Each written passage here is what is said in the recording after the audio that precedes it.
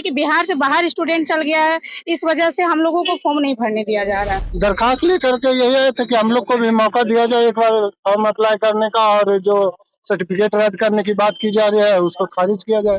उम्मीद यही है कि हमारे जो माननीय स्वास्थ्य मंत्री जी हैं, जैसा हम लोगों को आश्वासन दिए हैं, बस हम चाहते हैं कि उनके आश्वासन से हम लोग भी ये फॉर्म भरने के भागीदारी हो जाए। अगर सिर्फ और सिर्फ प्रॉब्लम है तो हमारे बिहार वाले स्टूडेंट को प्रॉब्लम है, हम लोग को प्रॉब्लम है।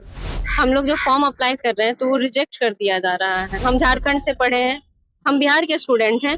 बिहार में ऐसे है, यहाँ का फी वगैरह लोग अफोर्ड नहीं कर पाते हैं, और जब लोग बिहार से बाहर जाते हैं तो वो फी अफोर्ड कर पाते हैं। शिक्षा के बारे में एक बात कही जाती है कि अगर समाज में कुछ बनना हो तो शिक्षित हो, समाज में अगर अपनी आवाज रखनी हो तो शिक्षित हो, और समाज के साथ चलना हो तो शिक्षित हो। पर बात अगर जब बिहार की शिक्षा की आती है तो चरमराई हुई शिक्षा व्यवस्था है, वैकेंसियां निकलती है, स्थान रिक्त पड़े रहते हैं, पर जब बात नियुक्ति की आती है तो बिहार की शिक्षा व्यवस्था का सच सामने आ जाता है। नमस्कार, मैं उफलक सिंह और आप सभी का स्वागत हो चुका है हमारे चैनल सच टॉक्स में। न पक्ष न विपक्ष, सिर्फ सच। और ऐसे ही बिहार की शिक्षा व्यवस्था की क्या सच्चाई है, आज यहाँ पर कुछ लोग हमारे साथ उपस्थित हैं। क्यों बीजेपी कार्यालय में ये उपस्थित है और मंगल पांडे से क्या उम्मीद लेकर के आए हैं और क्या कुछ इनकी परेशानियां हैं, वो जुड़ते हैं और वो जानते हैं। आपका नाम क्या हुआ भैया? अर्नब आनंद। किस लिए बीजेपी कार्यालय आए? सर, हम लोग नर्सिंग के स्टूडेंट हैं। हम लोग नर्सिंग स्टाफ का जो अभी बहाली आया है उस मुद्दे को बात करने के लिए हम लोग सब जितने भी स्टूडेंट उपस्थित हुए थे सब नाना एनसी कॉलेज से थे, और हम लोग चाह रहे थे कि हम लोग को भी फॉर्म अप्लाई करने का एक मौका मिले। तो बहाली आया था तो फॉर्म काहे नहीं अप्लाई किए? उसमें एक क्राइटेरिया डाला गया है जिसमें नहीं है वो आईएनसी सुटेबिलिटी का लेटर का मांग करता है, जो कि हम लोग का सेम बैच में आईएनसी का अप्रूवल नहीं था। हम लोग को बाद के बैच में अप्रूवल मिला है कॉलेज को, लेकिन ये सिर्फ बिहार में ही हो रहा है, और कई स्टेट में ये मुद्दा आया था कि सबको आईएनसी का अप्रूवल होगा तभी ट्रांसफर होगा, लेकिन यहाँ तो हम लोग का ट्रांसफर हो गया, फिर हम लोग का ट्रांसफर सर्टिफिकेट रद्द किया जा रहा है। उसके बाद फिर आपका ट्रांसफर सर्टिफिकेट, तो यहाँ मंगल पांडे जी के पास आप क्या दरख्वास्त लेकर के आए? दरखास्त लेकर के यही है कि हम लोग को भी मौका दिया जाए एक बार फॉर्म अप्लाई करने का, और जो सर्टिफिकेट रद्द करने की बात की जा रही है उसको खारिज किया जाए। तो क्या कहा मंगल पांडे जी? मंगल पांडे जी ने बोला है कि हम आगे पदाधिकारी लोग से बात करेंगे डिपार्टमेंट का। मतलब आश्वासन मिला है? आप लोगों ने लिखित निवेदन दिया है? यस।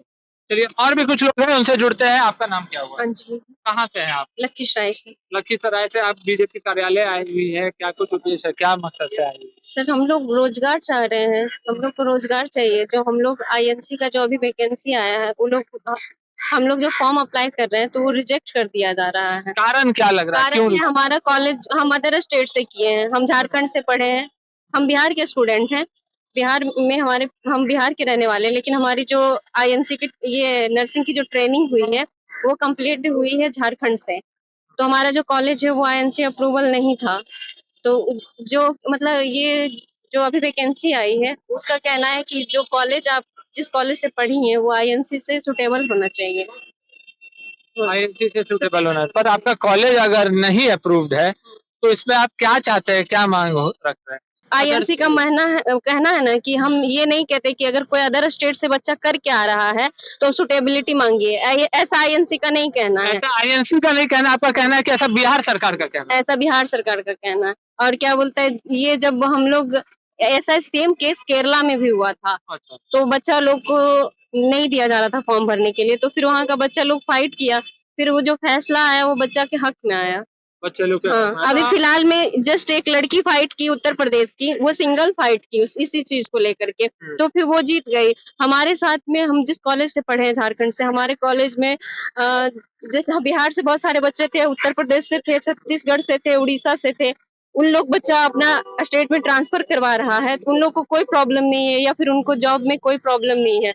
अगर सिर्फ और सिर्फ प्रॉब्लम है तो हमारे बिहार वाले स्टूडेंट को प्रॉब्लम है, हम लोग को प्रॉब्लम है।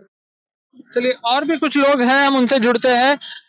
आप यहाँ पर आई हुई है बीजेपी कार्यालय में, आपका नाम सबसे पहले क्या होगा? मेरा नाम निधि कुमारी है। कहाँ से आई हैं? भागलपुर डिस्ट्रिक्ट से आई हूँ। भागलपुर से आप आई हैं आईएनसी वाला जो मामला चल रहा है उसे लेकर के। जी। आपने किस कॉलेज से पढ़ाई की है? मैं Nirmala Devi nursing school Ranchi section में। आपने भी झारखंड से की है। जी बिल्कुल। तो आपका क्या कुछ उम्मीद और दरख्वास्त लेकर के आई? उम्मीद यही है कि हमारे जो माननीय स्वास्थ्य मंत्री जी हैं, जैसा हम लोगों को आश्वासन दिए हैं, बस हम चाहते हैं कि उनके आश्वासन से हम लोग भी ये फॉर्म भरने के भागीदारी हो जाए। आपकी सहेली का जैसा कहना था कि आईएनसी के तरफ से ऐसा कोई भी नोटिस या रूल्स नहीं है कि दूसरे कॉलेज से आकर के पढ़ा जा सकता है, बिहार सरकार की तरफ से, यही कहना? बिहार सरकार की तरफ से बिहार में ऐसा है, यहाँ का फी वगैरह लोग अफोर्ड नहीं कर पाते हैं। अच्छा। और जब लोग बिहार से बाहर जाते हैं तो वो फी अफोर्ड कर पाते हैं। नर्सिंग की पढ़ाई। जी बिल्कुल। और यहाँ का जो पेमेंट वगैरह होता है सब 7 लाख 8 लाख 6 लाख ऐसा पेमेंट है, जो सब लोग के बस की बात नहीं है। तो कुछ लोग लेबर क्लास के हैं, मिडिल क्लास के हैं, तो वो लोग बाहर में जाके पढ़ लेते हैं अपना, क्योंकि पढ़ाई तो सबका अधिकार है ना। तो अब उस चीज को देख करके कि बिहार से बाहर स्टूडेंट चल गया है, इस वजह से हम लोगों को फॉर्म नहीं भरने दिया जा रहा है। आप लोग कितने छात्र लोग हैं जिनके साथ अभी ऐसा हो रहा है?